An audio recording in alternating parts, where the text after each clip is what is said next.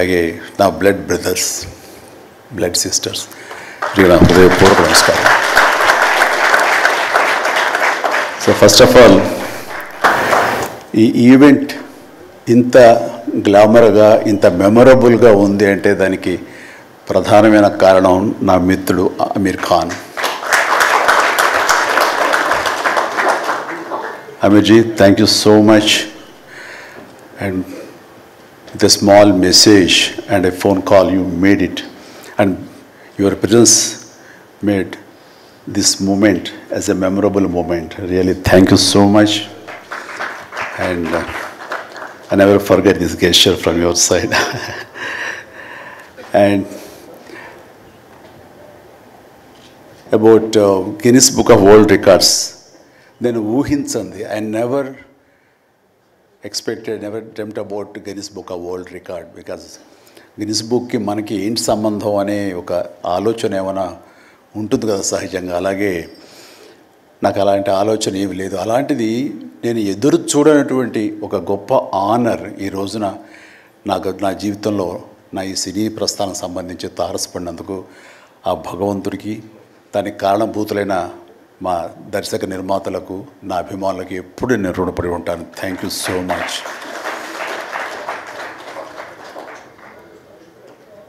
నాకు డ్యాన్సెస్ మీద, బహుశా నటన కంటే కూడా ముందు నుంచి కూడా డ్యాన్సెస్ మీద నాకున్నటువంటి ఇంట్రెస్ట్ ఈ రోజున ఈ అవార్డు వచ్చేలా చేసిందా అని నాకు అనిపిస్తుంటుంది.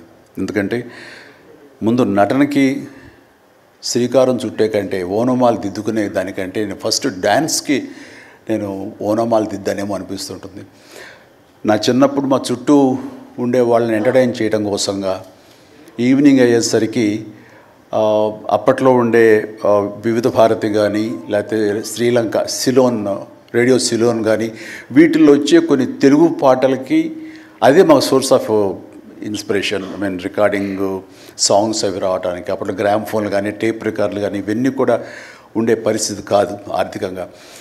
అలాంటి వారానికి ఒకసారి రేడియోలో ఎప్పుడు పాటలు వస్తాయా అని అందరూ ఎదురు చూసేవాళ్ళు. రాగానే శంకర్బాబుని పిలవండి, డ్యాన్స్ వేస్తాడు, మనల్ని అలరిస్తాడు అని వాళ్ళందరూ ఉత్సాహంగా ఉంటే, వాళ్ళ ఉత్సాహానికి నేను మరింత ప్రోత్సాహంగా తీసుకుని దాన్ని డ్యాన్స్లు వేస్తుండేవాడిని. అట్లాగా అవి డ్యాన్సులు అంటారా, బాడీ కదలిక అంటారా ఏమో తెలియదు, ఒక ఎనర్జీగా అవి ప్రజెంట్ చేయటం అనేది ఒక్కడే తెలుసు నాకు.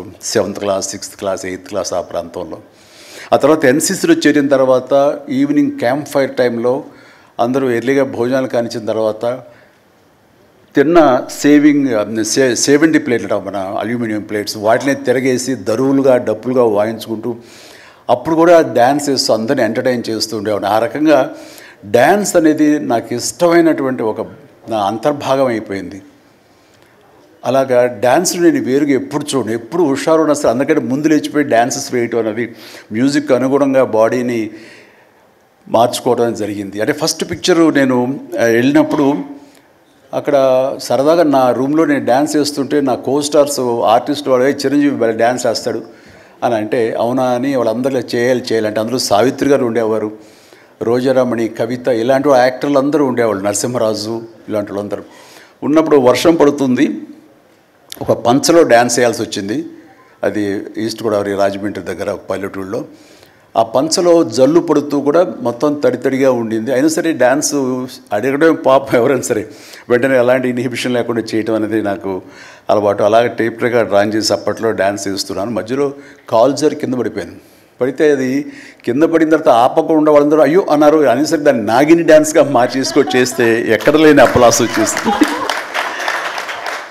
సో అక్కడ చూసేటంటే ఒక కో డైరెక్టరు రాఘవేంద్రరావు గారి, సారీ మన క్రాంతి కుమార్ గారికి చెప్పడం, ప్రాణం ఖరీదులు వాళ్ళు బుక్ చేసినప్పుడు, ఎవై భలే డ్యాన్స్ వేస్తాడు, భలే ఉంటే డ్యాన్స్ అని అవునంటూ నా క్యారెక్టర్కి అంతకుముందు ఎప్పుడూ ఒక డ్యాన్స్ అనేది ఊహించుకోలేదు. సాంగ్, డ్యూయట్ సాంగ్ అని ఊహించుకొని వాళ్ళు ఒక ఎందుకు పెట్టకూడదు సాంగ్ అని చెప్పి నాకు ఆ సాంగ్ సిచ్యువేషన్ క్రియేట్ చేసి ఏలియల్లో ఎందాక అనే ఒక సాంగ్, అండ్ ఆ సాంగ్ నేను వేస్తే దాన్ని స్టెప్స్ అది వేసుకుంటే ఫస్ట్ టైం ఒక యాక్టర్గా నేను స్క్రీన్ మీద డ్యాన్స్ చేస్తూ కనిపించింది. అది దానికంటే ముందు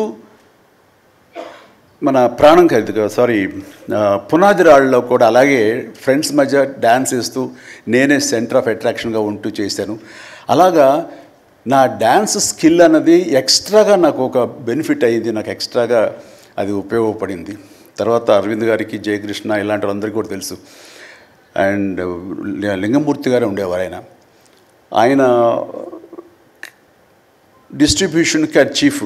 అప్పట్లో ఆయన రాగానే ఆయన ఏ ప్రొడ్యూసర్స్ని పిలుస్తారు, ఎవరి కథ ఓకే అంటారు, ఎవరికి డబ్బులు శాంక్షన్ చేస్తారని డిస్ట్రిబ్యూటర్స్ మీద ఆధారపడే రోజులు నిర్మాతలు.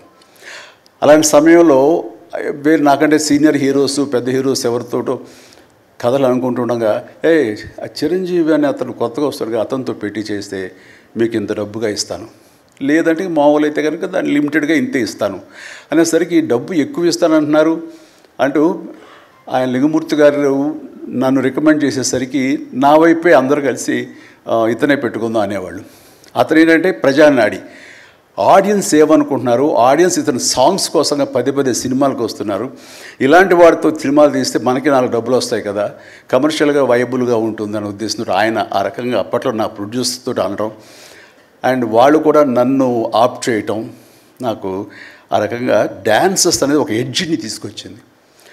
ఆ తర్వాత నా నిర్మాతలు కానీ, నా ప్రొడ్యూసర్స్ కానీ, నా మ్యూజిక్ డైరెక్టర్స్ కానీ, నా కోరియోగ్రాఫర్స్ కానీ వీళ్ళు నా సాంగ్స్ అనేసరికి ప్రత్యేకమైన శ్రద్ధ పెట్టేవాళ్ళు. అంటే మ్యూజిక్ పరంగా కానీ, బీజిఎమ్స్ పరంగా కానీ ఆ సాంగ్స్ అనేవి ఖచ్చితంగా ఉండాలని. దత్తు గారితో నాకు ఎప్పుడు దెబ్బలాటాయి. ఎందుకంటే 6 సాంగ్స్ ఉండాలేమో బాస్ మనకు అనేవారైనా, లేదు 5 చాలండి, 6వ సాంగ్ ఎప్పుడు కథకి గొడవ అడ్డుపడిపోతుందంటే, లేదు బాస్ బాస్ బాస్ బాస్ అది మీరు అనకండి, ఏ హీరో అయితే ఏమో కానీ మీరైతే మొత్తం 6 సాంగ్స్ ఉండాలి బాస్ అని ఆయన అంటాం. సో 6వ సాంగ్ని ఏ రకంగా ఒప్పించడం. అలాగే అల్లు అరవింద్ గారు లాస్ట్కి వచ్చేసరికి అత్తగేముడు అమ్మాయి 3 సాంగే సిచ్యువేషన్ లేదు అక్కడ. అలాంటి చోట ఒక డబ్బు మీద ఒక సాంగ్ను ఆయన క్రియేట్ చేసుకుని ఆ డైరెక్టర్ గారితో కోదండరామరెడ్డి గారు వీళ్ళందరూ కలిపి అనుకుని అత్తగేముడు అమ్మాయికి మొగుళ్ళు ఒక సాంగ్ను బలవంతంగా పెట్టాడు అక్కడ. ఆ టైంకి అది బలవంతంగా ఉంటుంది, కథ డిస్టర్బెన్స్ ఉంటుంది, కానీ సాంగ్స్ ఒక ఎడ్జి తీసుకుంటాయి. సాంగ్స్కి స్పెషల్ ఆడియన్స్ ఉన్నారు. ఆ ఆడియన్స్ సాంగ్స్ మళ్ళీ రిపీట్ చేసేవాళ్ళు. అప్పట్లో ప్రొజెక్టర్ ఆఫ్ చేసి మళ్ళీ రీప్లే చేసేవాళ్ళు. ఆ రకంగా సాంగ్స్ యొక్క ప్రత్యేకత నా జీవితంలో, నా సినీ కెరీర్లో, నా యొక్క విజయ పరంపరలో అది ఒక అంతర్భాగం అయిపోయింది. ఆ రకంగా సాంగ్స్ అనేది ఏదో సరదాగా హాబీగా చిన్నప్పుడు మొదలుపెట్టింది. అది ఈ రోజు వరకు నాకు విపరీతమైన ఫ్యాన్స్ని తీసుకొచ్చి డాన్సెస్ అంటే చిరంజీవి చేయాలి అన్నంత పేరు తీసుకొచ్చి నాకు ఈ రోజు ఇదిగో ఈ Guinness book of world records నాకు తీసుకొచ్చేలాగా చేసింది. సో ఇది నిజంగా అనూహ్యమైంది. ఏదో నటనకు వస్తుంది అన్నారు, వస్తుంది. అలాగే పర్సనాలిటీకి, మన సీనియారిటీకి అవార్డ్స్ వస్తాయి అనుకున్నా వస్తున్నాయి, అన్నీ అవుతున్నాయి. ఇంక ఎందుకు వస్తాయి, ఏమన్నా వస్తాయి అనుకుంటే కనుక ఈ రూపంలో వచ్చింది. ఈ రకంగా నన్ను వరిస్తుంది అనుకోలే. అది కాకుండా Guinness book of world records అన్నది. So first of all thank you so much mister Richard.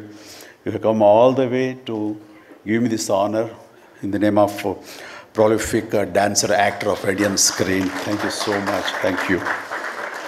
And then ఇంతకు మించి నేను ఎక్కువ ఏమీ చెప్పలేను.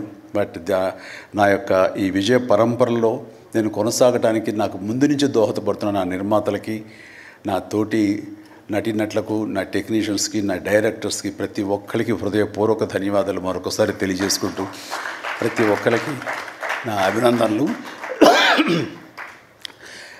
సెలవు తీసుకుంటాను. జై హింద్. Thank you sir. మీరు ఇంతకు మించి ఏమీ చెప్పరన్నారు, కానీ ఫ్యూచర్ ఫిల్మ్స్లో మళ్ళీ డాన్స్ చేసి మమ్మల్ని అందరినీ ఎంటర్టైన్ చేయండి సార్. ఒక్క ప్రామిస్ చేయండి సార్ ఫ్యూచర్లో. Is it a promise sir? విశ్వంబరలో ఉంది. Wow, that's amazing sir. ఇంకొక కోఇన్సిడెన్స్ మీరు గమనించుండరేమో, I know you're not feeling well. 22nd September నాడు సార్ యొక్క డెబ్యూ అయింది. Sir, first film release on the 22nd September, and today is 22nd September. It is never ending. This year is officially amazing. This year is officially